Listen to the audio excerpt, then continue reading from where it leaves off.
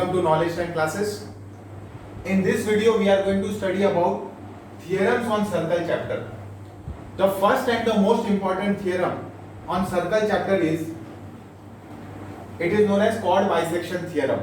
What does the theorem say? If a perpendicular is drawn from the center of the circle to a chord, then it will bisect the chord. Perpendicular drawn from the center of the circle to the chord bisects the chord. This means what? Consider this is a circle with center O.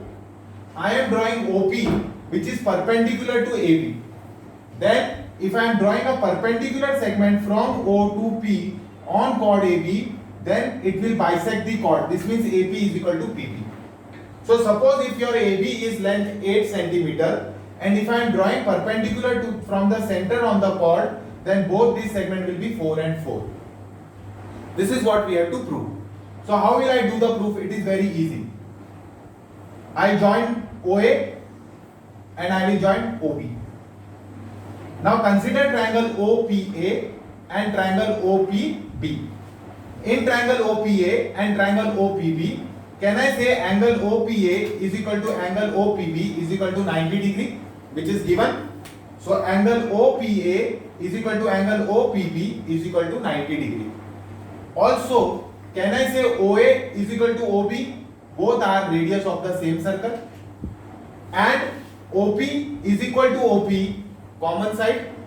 So triangle OPA is congruent to triangle OPB by which test? You have angles, both angles 90 degree. You have hypotenuse is equal and one side is congruent. That means both the triangles are congruent by RHS test. Correct? So once both the triangles are congruent by RHS test, we can say AP is equal to PB by corresponding parts of congruent triangles. So let us see how we can write this sum. It is given OP is perpendicular to chord AB.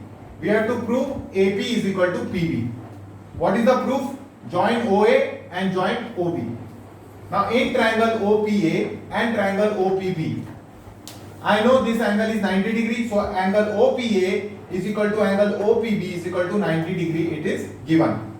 Hypotenuse OA is equal to hypotenuse OB because both of them are the radius of the same circle. Also segment OP is congruent to segment OP. It is your common segment.